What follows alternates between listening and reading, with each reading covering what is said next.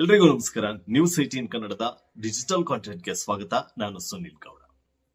ಸ್ನೇಹಿತರೆ, ಅಂತೂ ಇಂತೂ ಕೊಡಗು ಹಾಗೂ ಕಾವೇರಿ ಜಲಾನಯನ ಭಾಗದಲ್ಲಿ ವ್ಯಾಪಕವಾಗಿ ಮಳೆ ಆಗ್ತಾ ಇದೆ. ಹೀಗಾಗಿ ಕೆಆರ್ಎಸ್ ಜಲಾಶಯದ ಒಳಹರಿವಿನ ಪ್ರಮಾಣ ಕೂಡ ಹೆಚ್ಚಾಗಿರುವಂತದ್ದು. ಅಂದ್ರೆ ಕಳೆದ ಒಂದು ವಾರದಲ್ಲೇ ಡ್ಯಾಮ್ 105 ಅಡಿಯಷ್ಟು ಭರ್ತಿ ಆಗಿರುವಂತದ್ದು. ಅಂದ್ರೆ ಡ್ಯಾಮ್ ನ ಗರಿಷ್ಠ ಮಟ್ಟ 124.80 ಅಡಿಗಳು. ಅದರಲ್ಲಿ ಈಗಾಗಲೇ 105 ಅಡಿ ಡ್ಯಾಮ್ ನ ಲೆವೆಲ್ ಭರ್ತಿ ಆಗಿರುವಂತದ್ದು. ಇದು ಎಲ್ಲೋ ಒಂದು ಕಡೆ ಹಳೆ ಮೈಸೂರು ಭಾಗದ ರೈತರಲ್ಲಿ ಸಂತಸಕ್ಕೆ ಕಾರಣ ಆಗಿದೆ ಅಂತಾನೆ ಹೇಳ್ಬೋದು. ಹಾಗೆ ಕಬಿನಿಯಿಂದಲೂ ಕೂಡ ತಮಿಳುನಾಡಿಗೆ ವ್ಯಾಪಕವಾಗಿ ನೀರು ಹೋಗ್ತಾ ಇದೆ. ಅಂದ್ರೆ ಹೊರಹರಿವನ್ನು ಕೂಡ ಹೆಚ್ಚಿಗೆ ಮಾಡಿರುವಂತದ್ದು. ಕಾವೇರಿ ನದಿ ಮೂಲಕ ತಮಿಳುನಾಡಿಗೆ ನೀರು ಹರಿದು ಹೋಗ್ತಾ ಇದೆ. ಇಲ್ಲಿ ಅಂದ್ರೆ ಕಾವೇರಿ ಆಶ್ರಿತ ಪ್ರದೇಶಗಳೇನಿದೆ, ಈ ಪ್ರದೇಶಗಳು ಒಂದು ರೀತಿ ನಿಟ್ಟುಸಿರನ್ನ ಬಿಡುವಂತದ್ದು. ಯಾಕಂದ್ರೆ ತಮಿಳುನಾಡಿಗೆ ನೀರನ್ನ ಏನ್ ಬಿಡಬೇಕಾಗಿತ್ತು ಅದು ಕಬಿನಿ ಮೂಲಕ ಈಗಾಗಲೇ ಕಾವೇರಿ ನದಿಯ ಮೂಲಕ ತಮಿಳುನಾಡಿಗೆ ಹರಿದು ಹೋಗ್ತಾ ಇರುವಂತದ್ದು. ಆದ್ರೆ ಇತ್ತ ಕೆಆರ್ಎಸ್ ಜಲಾಶಯ ಕೂಡ ಭರ್ತಿ ಆಗ್ತಾ ಇದೆ. ಇದು ಒಂದು ರೀತಿ ಇಲ್ಲಿನ ರೈತರಿಗೆ ಸಂತಸ ಅಂತಾನೆ ಹೇಳಬಹುದು. ಆದ್ರೆ ಇಲ್ಲಿನ ರೈತರಿಗೆ ಒಂದು ಕಡೆ ಡ್ಯಾಮ್ ತುಂಬುತ್ತಾ ಇದೆ ಅನ್ನುವಂತ ಖುಷಿ ಇದ್ರೆ, ಮತ್ತೊಂದು ಕಡೆ ಸರ್ಕಾರದ ವಿರುದ್ಧ ಕೂಡ ಸಾಕಷ್ಟು ಬೇಸರ ಇರುವಂತದ್ದು.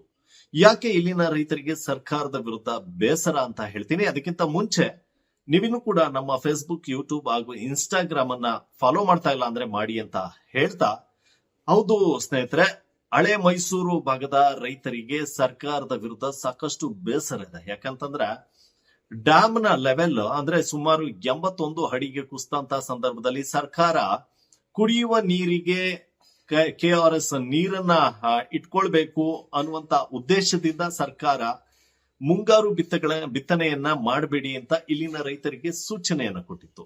ಸರ್ಕಾರದ ಸೂಚನೆಯಂತೆ ಇಲ್ಲಿನ ರೈತರು ಬಿತ್ತನೆ ಕಾರ್ಯವನ್ನ ಮಾಡಿರಲಿಲ್ಲ.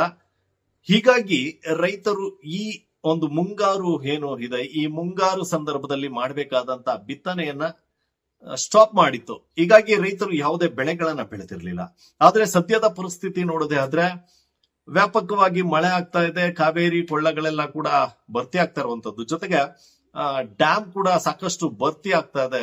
ಎಲ್ಲೋ ಒಂದು ಕಡೆ ಡ್ಯಾಮ್ ಸಂಪೂರ್ಣವಾಗಿ ಭರ್ತಿ ಆಗುತ್ತೆ ಅನ್ನುವಂತ ಆಶಾಭಾವನೆಯನ್ನ ಇಲ್ಲಿನ ರೈತ ವ್ಯಕ್ತಪಡಿಸ್ತಾ ಇರುವಂತದ್ದು. ಈ ಒಂದು ಸಂದರ್ಭದಲ್ಲಿ ಮತ್ತೊಂದು ಕಡೆ ಏನು ತಮಿಳುನಾಡು ನೀರನ್ನ ಬಿಡಬೇಕು ನಮ್ಗೆ ಅಂದ್ರೆ ಏನು ಪ್ರಾಧಿಕಾರಗಳು ಆದೇಶವನ್ನ ಮಾಡಿತ್ತು, ಪ್ರತಿನಿತ್ಯ 3,500 ಕ್ಯೂಸೆಕ್ ನೀರನ್ನ ತಮಿಳುನಾಡಿಗೆ ಕೆಆರ್ಎಸ್ ಜಲಾಶಯದಿಂದ ಹರಿಸಬೇಕು ಅಂತ ಏನ್ ಸೂಚನೆ ಕೊಟ್ಟಿತ್ತು. ಈ ನೀರು ಕಬಿನಿಯಿಂದ ಈಗಾಗಲೇ ಹೋಗ್ತಾ ಇರುವಂತದ್ದು. ಅಂದ್ರೆ ಸಾಕಷ್ಟು ಪ್ರಮಾಣದಲ್ಲಿ ಇವತ್ತಿನ ಹೊರಹರಿವು ನೋಡದೆ ಆದ್ರೆ 27,000 ಕ್ಯೂಸೆಕ್ ನೀರು ಕಾವೇರಿ ನದಿ ಮೂಲಕ ತಮಿಳುನಾಡು ಸೇರ್ತಾ ಇದೆ.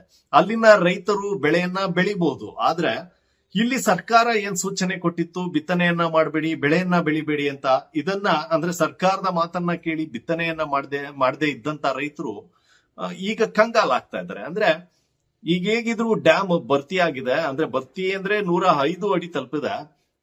ಸಂಪೂರ್ಣವಾಗಿ ಭರ್ತಿ ಆಗುವ ಸಂದರ್ಭ ಕೂಡ ಕಂಡು ಬರ್ತಾ ಇದೆ.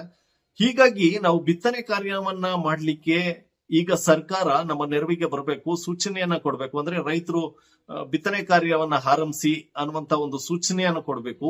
ಇದ್ರ ಜೊತೆಗೆ ಬೇಕಾದಂತ ಬಿತ್ತನೆ ಬೀಜಗಳನ್ನ ಕೂಡ ಸಮರ್ಪಕವಾಗಿ ಸರ್ಕಾರ ಸರಬರಾಜು ಮಾಡಬೇಕು ಅನ್ನುವಂತ ಬೇಡಿಕೆಗಳನ್ನ ಹೇಳ್ತಾ ಇದ್ದಾರೆ. ಒಂದ್ ಕಡೆ ಕಾವೇರಿ ಕಾವು ಹೆಚ್ಚಾಗಿತ್ತು, ಯಾವುದೇ ಕಾರಣಕ್ಕೂ ಕೂಡ ತಮಿಳುನಾಡಿಗೆ ನೀರನ್ನ ಬಿಡೋದಿಲ್ಲ, ನಮಗೆ ನೀರಿಲ್ಲ, ಹೇಗೆ ನೀರನ್ನ ಕೊಡೋದು ಅನ್ನುವಂತ ಹೋರಾಟಗಳನ್ನ ಇಲ್ಲಿನ ರೈತರು ಮಾಡ್ತಾ ಇದ್ರು. ಇದೆಲ್ಲದಕ್ಕೂ ಕೂಡ ಅಂದ್ರೆ ಮಳೆ ಹೆಚ್ಚಾಗಿ ಆಗೋ ಮೂಲಕ ಇದೆಲ್ಲದಕ್ಕೂ ಕಾವೇರಿ ಹೋರಾಟಕ್ಕೆ ಬ್ರೇಕ್ ಬೀಳ್ತೋ ಹೊರತು ಆದ್ರೆ ರೈತರ ಸಮಸ್ಯೆ ಮಾತ್ರ ಬಗೆಹರಿದಿಲ್ಲ. ಹೀಗಾಗಿ ರೈತರು ಸರ್ಕಾರದ ಮುಂದೆ ಒಂದಷ್ಟು ಬೇಡಿಕೆಗಳನ್ನ ಇಟ್ಟಿದ್ದಾರೆ. ಈಗಾಗ್ಲೇ ಬೆಳೆದಂತ ಬೆಳೆಗಳು ಏನ್ ನಾಶ ಆಗಿದೆ, ಈ ನಾಶ ಆಗಿರುವಂತ ಬೆಳೆಗಳಿಗೆ ಸಮರ್ಪಕವಾಗಿ ಪರಿಹಾರವನ್ನ ಸರ್ಕಾರ ಘೋಷಣೆ ಮಾಡಬೇಕು. ಮತ್ತೊಂದು ಕಡೆ ಬಿತ್ತನೆ ಬೀಜಗಳನ್ನ ಸರಬರಾಜು ಮಾಡಬೇಕು. ಇನ್ನುಳಿದಂತ ರೈತರು ಯಾರೆಲ್ಲ ಬಿತ್ತನೆ ಕಾರ್ಯವನ್ನ ಮಾಡಿರ್ಲಿಲ್ಲ ಅವರು ಬಿತ್ತನೆ ಕಾರ್ಯವನ್ನ ಮಾಡೋದಿಕ್ಕೆ ಸರ್ಕಾರ ಸೂಚನೆಯನ್ನ ಕೊಡ್ಬೇಕು. ಇದಾದ ಬಳಿಕ ರೈತರು ಹೇಗೋ ಬೆಳೆಗಳನ್ನ ಬೆಳಿತಾರೆ. ಅಂದ್ರೆ ಹೇಗಿದ್ರು ಡ್ಯಾಮ್ ನಲ್ಲಿ 105 ಅಡಿ ನೀರಿರೋದ್ರಿಂದ ನಾಲೆಗಳಿಗೆ ನೀರನ್ನ ಹರಿಸ್ಬೇಕು. ನಾಲೆಗಳಿಗೆ ನೀರನ್ನ ಹರಿಸಿದ್ರೆ ಕೆರೆ ಕಟ್ಟೆಗಳು ತುಂಬುತ್ತವೆ. ತುಂಬಂತ ಸಂದರ್ಭದಲ್ಲಿ ರೈತರು ಆರಾಮವಾಗಿ ಬೇಸಾಯವನ್ನ ಮಾಡಬಹುದು ಅನ್ನುವಂತ ನಿಟ್ಟಿನಲ್ಲಿ ರೈತರು ಆಗ್ರಹಗಳನ್ನ ಈಗ ಮಾಡ್ತಾ ಇದ್ದಾರೆ. ಸರ್ಕಾರಕ್ಕೂ ಕೂಡ ಒತ್ತಾಯವನ್ನ ಮಾಡ್ತಾ ಇದ್ದಾರೆ. ನಮ್ಮ ಕಾವೇರಿ ಜಲಾನಯನ ಪ್ರದೇಶದಲ್ಲಿ ಮಳೆ ಯಥೇಚ್ಛವಾಗಿ ಬೀಳ್ತಾ ಇದೆ. ಈಗ ನಮ್ಮ ರೈತರು ಪುಣ್ಯ ನಾವು ಅನ್ಕೋತೀವಿ, ರಾಜಕೀಯದವ್ರು ಏನಾರು ಅನ್ಕೊಳ್ಳಿ, ನಾವಂತೂ ಅದನ್ನು ನೆನೆಸ್ಕೊತಾ ಇದ್ದೀವಿ. ಈಗ ಸರ್ಕಾರಕ್ಕೂ ಒತ್ತಡ ಕಮ್ಮಿ ಆಗಿದೆ. ತಮಿಳ್ನಾಡಿಗೆ ನೀರು ಕಪಿಲಾ ನದಿ ತುಂಬಿ ಹರಿತಾ ಇದೆ, ಅಲ್ಲಿ ಇನ್ನೂ ಯಥೇಚ್ಛವಾಗಿ ಮಳೆ ಬೀಳ್ತಾ ಇದೆ. ಈಗ 30,000 ಬಿಟ್ಟಿದ್ದಾರೆ, ಇನ್ನೂ ಹೆಚ್ಚಿನ ಕ್ಯೂಸೆಕ್ಸ್ನ ನೀರು ಬಿಡ್ತಾರೆ ಅಲ್ಲಿಗೆ ತಮಿಳ್ನಾಡಿಗೆ. ಅವ್ರಿಗೂ ಬೇಕಾದ್ರೆ ಸಾಕಷ್ಟು ಆಗಿದೆ. ನಮಗೆ ಈಗ 105 ಅಡಿ ಆಗಿದೆ ಕನ್ನಂಬಾಡಿ ಕಟ್ಟೆನಲ್ಲಿ. 82 ಅಡಿ ಇದ್ದಾಗ ಮುಖ್ಯಮಂತ್ರಿಯವರು ಬೆಳೆ ಹಾಕಬೇಡಿ, ದಯವಿಟ್ಟು ರೈತರಲ್ಲಿ ಮನವಿ ಮಾಡ್ಕೋತೀವಿ ಅಂತ ಹೇಳಿದರು. ಈಗ ನಾವು ಮುಖ್ಯಮಂತ್ರಿಗೆ ಮನವಿ ಮಾಡ್ಕೊತಾ ಇದ್ದೀವಿ, ಅನೌನ್ಸ್ ಮಾಡಿ ನೀರು ಬಿಡ್ತೀವಿ ಬೆಳೆ ಬೆಳೀರಿ ಅಂತ ಹೇಳಿ ಅಂತ.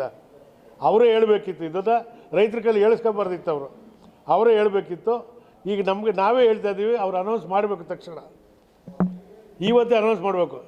ನಿನ್ನೆವರೆಗೂ ಮಂತ್ರಿಮಂಡಲದಲ್ಲಿ ಬ್ಯುಸಿ ಇದ್ದರು ಅಂತ ಕಾಣ್ತದೆ. ಈಗ ನಿರಾಳ ಆಗಿದೆ ಅವ್ರಿಗೂ. ಈಗ ನೀರಿದೆ ಕನ್ನಂಬಾಡಿ ಕಟ್ಟೆನಲ್ಲಿ, ರೈತರಿಗೆ ಬೆಳೆಗೆ ಸಾಕಾಗುವಷ್ಟು ನೀರಿದೆ. ಏನು ಕೆರೆ ಕಟ್ಟೆಗೆ ಅಂತ ಬಿಟ್ಟಿದ್ರೆ ಅದನ್ನು ಕಂಟಿನ್ಯೂ ಮಾಡಿ ಬೆಳೆ ಹಾಕಿ ಅಂತ ಹೇಳಬೇಕು. ಅದಕ್ಕೆ ತಕ್ಕಂತೆ ರಸಗೊಬ್ಬರ, ಬಿತ್ತನೆ ಬೀಜ ಎಲ್ಲನೂ ಆ ಡಿಪಾರ್ಟ್ಮೆಂಟ್ ಅಗ್ರಿಕಲ್ಚರ್ ಡಿಪಾರ್ಟ್ಮೆಂಟವ್ರಿಗೆ ಹೇಳಬೇಕು, ರೆಡಿ ಮಾಡ್ಕೊಡಿ ರೈತರಿಗೆ ಇದೆ. ಯಾಕೆಂದರೆ ಈಗಾಗಲೇ ಲೇಟ್ ಆಗಿದೆ, ರೈತರು ಬೆಳೆ ಬೆಳಿಬೇಕಾದ್ರೆ ತುಂಬ ಕಷ್ಟ ಇದೆ. ಅದಕ್ಕೆ ತಕ್ಕಂತೆ ನೀರು ಬಿಡಬೇಕು ಸರ್ಕಾರದವರು. ರಸಗೊಬ್ಬರ ಆಗಲಿ ಬಿತ್ತನೆ ಬೀಜ ಆಗಲಿ ಎಲ್ಲರೂ ರೆಡಿ ಮಾಡಿ ರೈತರು ಕೊಡಬೇಕು. ಮಂಡ್ಯ ಭಾಗದ ಜನರಲ್ಲಿ ಭಾಳ ಆತಂಕದ ಹೋರಾಟ ಪ್ರಾರಂಭವಾಗ್ತಿತ್ತು. ಕಾವೇರಿ ನದಿ ನೀರಿನ ಸಂದರ್ಭಕ್ಕೆ ಏನು ತಮಿಳುನಾಡು ನೀರು ಕೊಡಬೇಕು ಅನ್ನೋ ಆಗ್ರಹ ಏನು ಕಾವೇರಿ ನೀರು ನಿರ್ವಹಣಾ ಸಮಿತಿ ಏನು ಆದೇಶ ಮಾಡಿತ್ತು, ಈ ಸಂದರ್ಭದಲ್ಲಿ ಈಗಾಗಲೇ ಹೋರಾಟ ಪ್ರಾರಂಭ ಆಗಿತ್ತು. ದೇವರ ಕೃಪೆ, ಈ ಜಿಲ್ಲೆಯ ಜನರ ಪ್ರಾರ್ಥನೆ, ವರ್ಣನ ಕೃಪೆಯಿಂದಾಗಿ 92 ಅಡಿ ಇದ್ದ ನೀರು ಇವತ್ತು 105ರ ದಾಪುಕಾಲನ್ನು ಇಡ್ತಾ ಇದೆ. ಭರವಸೆ ಇದೆ, ವರ್ಣನ ಕೃಪೆಯಿಂದಾಗಿ ಕಾವೇರಿ ನದಿ ನೀರು ಸಂಪೂರ್ಣವಾಗಿ ತುಂಬುತ್ತೆ ಅಂತೇಳಿ. ರಾಜ್ಯದ ಮುಖ್ಯಮಂತ್ರಿಗಳು ಬೆಳೆ ರಕ್ಷಣೆಗಲ್ಲ, ಕುಡಿಯುವ ನೀರಿಗಾಗಿ, ಜನಜಾನುವಾರುಗಳಿಗಾಗಿ ಅಂತೇಳಿ 15 ದಿನಗಳ ಕಾಲ ನೀರನ್ನು 1800 ಕ್ಯೂಸೆಸ್ ನೀರು ಬಿಟ್ಟಿದ್ದರು. ಆದರೆ ಮುಖ್ಯಮಂತ್ರಿಗಳೇ, ತಮಿಳುನಾಡಿಗೆ ಈಗಾಗಲೇ ಕಪಿನಿಯಿಂದ ನೀರು ಹೋಗ್ತಾ ಇದೆ. ಮಂಡ್ಯ ಜಿಲ್ಲೆಯ ರೈತರನ್ನು ಉಳಿಸಬೇಕಾಗಿದೆ, ಕಾವೇರಿ ಕೊಳ್ಳದ ಜನರನ್ನು ಉಳಿಸಬೇಕಾಗಿದೆ. ಹಾಗಾಗಿ ರೈತರು ಬೆಳೆಯನ್ನು ಭೂಮಿಯನ್ನು ನೆನ್ಕೊಂಡಿರುವಂಥ ಜನರಿಗೆ ಹರ್ಷೋದ್ದಾಯಕವಾಗಿ ನೀವು ಒಂದು ಹೊಸ ಆದೇಶವನ್ನು ಮಾಡಬೇಕಾಗಿದೆ. ತುಂಬುವ ಈ ಸಂದರ್ಭಕ್ಕೆ ಬೆಳೆಗಳ ರಕ್ಷಣೆಗೆ, ಹೊಸ ಬೆಳೆ ನೆಡುವುದಕ್ಕೆ ನಾಲೆಗಳಿಗೆ ಹಿಂದೆ ನೀರು ಬಿಡುವ ಆಗ್ರಹವನ್ನು ನಾವು ಹೋರಾಟಗಾರರು ಮಾಡ್ತಾ ಇದ್ದೀವಿ. ಯಾಕೆ ಅಂತ ಹೇಳಿದ್ರೆ ಇಲ್ಲಿವರೆಗೆ ಕರ್ನಾಟಕದ ಜನರಿಗೆ ಭಾಳ ಅನ್ಯಾಯ ಆಗಿದೆ. ಅದರಲ್ಲೂ ವಿಶೇಷವಾಗಿ ಕಾವೇರಿ ಕೊಳ್ಳದ ಜನರಿಗೆ ಭಾಳಷ್ಟು ಅನ್ಯಾಯ ಆಗಿದೆ. ಈ ಸಂದರ್ಭಕ್ಕೆ ಅವರ ಬದುಕನ್ನು ಹೊಸತನದಿಂದ ಆದಾಯದಾಯಕ ಮಾಡಬೇಕು ಅಂತ ಹೇಳಿದ್ರೆ ನಾವು ಬೆಳೆಗಳನ್ನು ಮಾಡಬೇಕು, ಬೆಳೆಗಳ ರಕ್ಷಣೆ ಮಾಡಬೇಕಾಗಿದೆ, ಇರುವಂಥ ಹೊಸ ಬೆಳೆಯನ್ನು ನೆಡಬೇಕಾಗಿದೆ. ಹಾಗಾಗಿ ರಾಜ್ಯದ ಮುಖ್ಯಮಂತ್ರಿಗಳು, ನೀರಾವರಿ ಸಚಿವರು ತಕ್ಷಣ ಕ್ರಮ ಕೈಗೊಂಡು, ಈ ಜಿಲ್ಲೆಯ ಶಾಸಕರು ಜವಾಬ್ದಾರಿ ಕೂಡ ಭಾಳ ಮುಖ್ಯವಾಗಿದೆ. ಹಾಗಾಗಿ ನೀವೆಲ್ಲರೂ ಸೇರಿ ನಾಲೆಗಳಿಗೆ, ಬೆಳೆಗಳಿಗೆ ನೀರು ಬಿಡಬೇಕು ಅನ್ನುವ ಆಗ್ರಹವನ್ನು ನಾವು ಮಾಡ್ತಾ ಇದ್ದೀವಿ. ಒಂದ್ ಕಡೆ ತಮಿಳುನಾಡು ರೈತರಿಗೆ ಸಂತೋಷದ ವಿಚಾರ, ಯಾಕಂದ್ರೆ ವ್ಯಾಪಕವಾಗಿ ಮಳೆ ಆಗಿದ್ರಿಂದ ಕಬಿನಿಯಿಂದ ಈಗಾಗಲೇ ಸಾಕಷ್ಟು ಪ್ರಮಾಣದಲ್ಲಿ ನೀರು ಹರಿದು ಹೋಗ್ತಾ ಇರುವಂತದ್ದು. ಹೀಗಾಗಿ ತಮಿಳುನಾಡು ರೈತರಿಗೆ ಯಾವುದೇ ರೀತಿಯಾದಂತ ನೀರಿನ ತೊಂದರೆ ಆಗೋದಿಲ್ಲ. ಆದ್ರೆ ಇಲ್ಲಿ ತೊಂದರೆ ಅನುಭವಿಸ್ತಾ ಇರ್ತಕ್ಕಂಥದ್ದು ನಮ್ಮ ರೈತರು. ಈಗಾಗಲೇ ಬಿತ್ತನೆ ಕಾರ್ಯವನ್ನು ಕೂಡ ಮಾಡಿಲ್ಲ, ಅಂದ್ರೆ ನಿರುದ್ಯೋಗಿಗಳಾಗ್ಬಿಟ್ಟಿದ್ದಾರೆ ರೈತರು ಅಂತ ಹೇಳಿದ್ರು ಕೂಡ ತಪ್ಪಾಗ್ಲಿಕ್ಕಿಲ್ಲ. ಯಾಕಂದ್ರೆ ಅವರು ಬಿತ್ತಿದ್ರೆ ಮಾತ್ರ ಅವರಿಗೆ ಕೆಲಸ. ಹೀಗಾಗಿ ಸರ್ಕಾರ ರೈತರ ನೆರವಿಗೆ ಧಾವಿಸಬೇಕು, ನಾಲೆಗಳಿಗೆ ನೀರನ್ನ ಹರಿಸಬೇಕು, ಜೊತೆಗೆ ಬಿತ್ತನೆ ಬೀಜಗಳನ್ನ ಕೊಟ್ಟು ಬಿತ್ತನೆ ಕಾರ್ಯವನ್ನ ಆರಂಭಿಸಿ ಅನ್ನುವಂತ ಸೂಚನೆಯನ್ನ ಕೊಡಬೇಕು ಅನ್ನುವಂತ ಒತ್ತಾಯದಲ್ಲಿ ಮಂಡ್ಯ ರೈತ ಇರ್ತಕ್ಕಂಥದ್ದು. ಹಾಗಾದ್ರೆ ಸರ್ಕಾರ ಯಾವೆಲ್ಲ ಕ್ರಮಗಳನ್ನ ತೆಗೆದುಕೊಳ್ಳುತ್ತೆ ಅನ್ನುವಂಥದ್ನ ಕಾದ್ ನೋಡ್ಬೇಕಾಗಿದೆ. ನಿರ್ಭೀತ, ನಿಷ್ಪಕ್ಷಪಾತ, ವಿಶ್ವಾಸಾರ್ಹ ಸುದ್ದಿಗಳಿಗೆ ಮತ್ತೊಂದು ಹೆಸರಾಗಿರುವ ನ್ಯೂಸ್ 18 ಕನ್ನಡ ಈಗ ಆಪ್ನಲ್ಲೂ ಲಭ್ಯವಿದೆ. ದಯವಿಟ್ಟು ಇಲ್ಲಿರುವ QR ಕೋಡ್ ಅನ್ನು ಸ್ಕ್ಯಾನ್ ಮಾಡಿಕೊಂಡು ಆಪ್ ಡೌನ್ಲೋಡ್ ಮಾಡೋದಕ್ಕೆ ಮರಿಬೇಡಿ. ನಿಮ್ಮ ಬೆಂಬಲ ಹೀಗೆ ಸದಾ ನಮ್ಮೊಂದಿಗಿರಲಿ. ಧನ್ಯವಾದ.